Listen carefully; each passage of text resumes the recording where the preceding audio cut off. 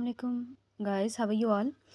आज की इस वीडियो में मैं आपके साथ एक पास्ट पेपर यूनिवर्सिटी का पास्ट पेपर शेयर करने जा रही हूँ अमेरिकन लिटरेचर का। ठीक है, तो इन द प्रीवियस वीडियोस में इसकी अमेरिकन लिटरेचर की कुछ इंपॉर्टेंट ड्रामास की एमसीक्यूज़ उनके बेसिक पॉइंट्स को डिस्कस कर चुकी हूँ। तो आज मेरे पास एक यूनिवर्सिटी का पास्ट पेपर था, तो आई थॉट कि इसके अंदर कुछ इंपॉर्टेंट एमसीक्यूज़ आए हुए हैं और कुछ सब्जेक्टिव क्वेश्चन पूछे गए हैं जो एग्ज़ाम पॉइंट ऑफ व्यू से इम्पोर्टेंट है, तो वो मैं आपके साथ डिस्कस करने जा रही हूँ। So let's begin. जब भी यूनिवर्सिटी का पेपर होता है ना, तो यूनिवर्सिटी का पेपर 100 मार्क्स का होता है। ठीक है, तो अब जो यूनिवर्सिटी के इन दीज डेज जो यूनिवर्सिटी के पेपर आ रहे हैं ना, बीएस के स्पेशली, वो 100 मार्क्स के आ रहे हैं, जिसके अंदर 20 मार्क्स का ऑब्जेक्टिव पार्ट होता है और 80 मार्क्स का सब्जेक्टिव पार्ट होता है और 4 क्वेश्चन दिए जाते हैं और ईच क्वेश्चन कैरीज 20 मार्क्स। ठीक है, तो ये उसका एक पास्ट पेपर था मेरे पास अमेरिकन लिटरेचर का, जिसके अंदर कुछ एमसीक्यूज़ दिए हुए हैं, यानी ये पास्ट पेपर पूरा बना हुआ है। इसके अंदर 20 एमसीक्यूज़ हैं और 4 लॉन्ग क्वेश्चन हैं। ठीक है, तो हम शुरू करते हैं इसको डिस्कस करना। MCQs number 1, who is in charge of the court. तो Danforth was in charge of the court, और ये जो एमसीक्यूज़ है ये लिया गया है द क्रूसिबल से। स्पेशली ये जो अब चल रहा है ना 5th सेमेस्टर बीएस इंग्लिश का, ये उसके कोर्स के कंटेंट के अकॉर्डिंग ये पास पेपर बना हुआ है। ठीक है, तो उसके अंदर क्रूसिबल है, मॉर्निंग बिकम्स इलेक्ट्रा, स्ट्रीट का नेम डिज़ायर और फैंसी है। ये 4 अमेरिकन प्लेस दिए हुए हैं और उन्हीं के अकॉर्डिंग ये पेपर बना हुआ है। MCQs number 2, why will Elizabeth not be hanged if she is found guilty because she is pregnant. तो ये एमसीक्यूज़ में डिस्कस कर चुके हैं जब मैंने क्रूसिबल को डिस्कस किया था। MCQs number 3, on what charge is गाइल Corey arrested because he was contempt of court. ठीक है, इसे अक्यूज़ तो नहीं किया गया था, लेकिन कोर्ट को इसने कॉन्टेम्प्ट किया था, that's why he was arrested. MCQs number 4, who is brought in to corroborate John Proctor's claims about Abigail. तो एलिजबेथ प्रोक्टर को लाया गया था in order to justify the statement of Proctor. ठीक है, MCQs number 5, what does Elizabeth do when called upon to testify. तो क्या करती है, शी टेल्स अ लाई, क्योंकि वो झूठ बोल देती है अपने हस्बैंड को बचाने के लिए, लेकिन जो रियलिटी में क्या होता है कि इसका हस्बैंड पहले ही सब कुछ बता चुका होता है, तो वो झूठ बोलती है। आंसर ए करेक्ट आंसर है, option number A is the correct answer. MCQs number 6, Blanche worked in the Laurel as a high school English teacher. MCQs number 7, Blanche spent years caring for.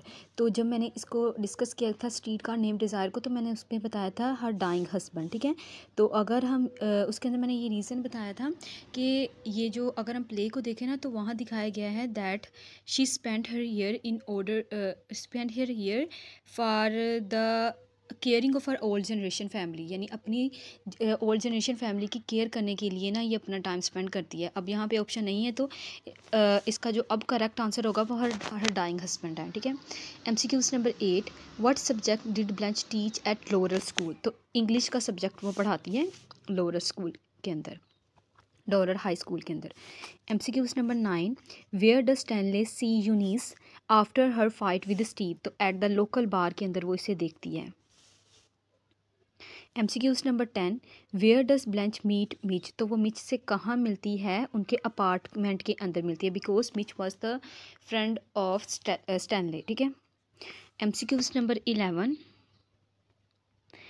Who does not wear a mask like face. तो ये लिया गया है morning becomes Electra से, तो MS नहीं पहनता। MCQs number 12, where does Lavinia put her mother's pill box. तो on Ezra scopes.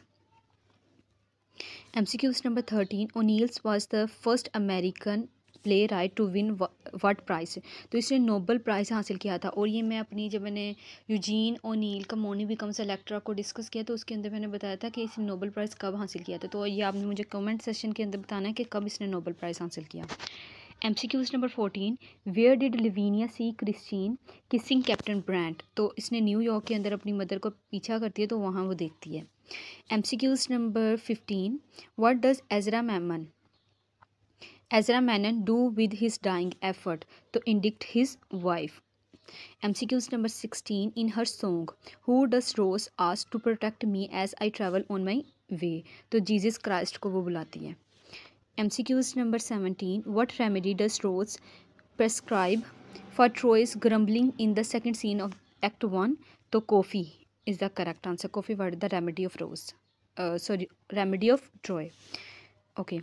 MCQs number 18. What kind of business did Pope start with the lottery winning? So that was restaurant. MCQs number 19. Where does Corey go when he goes out in the second scene of Act 1? तो football practice के लिए, ठीक है, ये एक important MCQs है football practice के लिए। इसके अंदर ये जो दिखाया गया है फेंसिस से ये MCQs लिया गया है, और फेंसिस का जो मेन कैरेक्टर है ट्रोय और उसका जो बेटा था कोरे, ये आपने याद रखना है कि जो ट्रोय था वो इंटरेस्टेड था बेसबॉल के अंदर, ठीक है, जबकि इसका बेटा जो कोरे था वो इंटरेस्टेड था फुटबॉल के अंदर, ठीक है। तो करेक्ट आंसर है, यहाँ पूछा गया है वेयर डज कोरे के बारे में पूछा गया है when he goes out in the second scene of act 1, तो वो फुटबॉल प्रैक्टिस के लिए जाता है। और अगर इन केस आ जाए कि ट्रोय के बारे में कि ट्रोय किस अंदर इंटरेस्टेड था, तो आपने बेसबॉल लगाना है। MCQs number 20। In which war did Gabriel fight in? तो सेकेंड वर्ल्ड वार के अंदर उसने फ़ाइट की थी। ये तो थे कुछ इंपॉर्टेंट MCQs। अब हम इसके देखते हैं सब्जेक्टिव पार्ट। तो सब्जेक्टिव पार्ट के अंदर हर ये चारों प्ले में से एक एक क्वेश्चन आया हुआ है। पहला क्वेश्चन है what is the title significance of the crucible? तो इसकी जो टाइटल सिग्निफिकेंस का क्वेश्चन को मैं अच्छे से डील कर चुकी हूँ जब मैंने क्रूसिबल के MCQs बताए थे, ठीक है। तो उसको आप मैं इसका लिंक डिस्क्रिप्शन बॉक्स में दे दूँगी, आप उससे अप्रोच कर सकते हैं। तो पहला क्वेश्चन है उसका टाइटल सिग्निफिकेंस पूछा गया है। Question number 2, how does Eugene O'Neill develop the psychological state of the character in मोनी बिकम्स इलेक्ट्रा? तो साइकोलॉजिकल करेक्टर का क्वेश्चन भी मैं ऑलरेडी डील कर चुकी हूँ अपनी वीडियो के अंदर। तो psychological state of his character वो दिखाता है। ऑलमोस्ट मोनी बिकम इलेक्ट्रा के अंदर सारे ही करेक्टर हमें ना उनके अंदर साइकोलॉजिकल कन्फ्लिक्ट किसी ना किसी सूरत में देखने को मिलती हैं। अगर तीनों पार्ट्स को हम डिस्कस करें ना, इसके जो मोनी बिकम्स इलेक्ट्रा के 3 पार्ट है ना, और अगर हम तीनों पार्ट को डिस्कस करें तो तीनों पार्ट के अंदर हमें ना ओवरऑल द करेक्टर के साइकोलॉजिकल कन्फ्लिक्ट इंस्पायर होते देखने को मिलती हैं, ठीक है।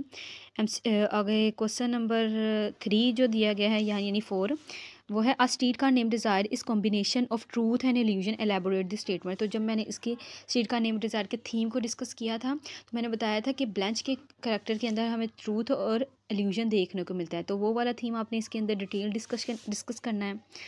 और लास्ट क्वेश्चन है what kind of fancies does August Wilson explore for the Afro American in his play fancies?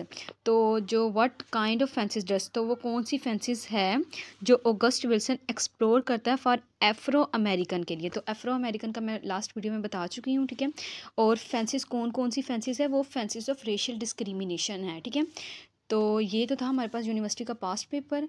तो अगर आपको इसके बारे में कोई भी कन्फ्यूज़न है तो आप मुझसे कमेंट सेशन में पूछ सकते हैं। अल्लाह हाफिज़।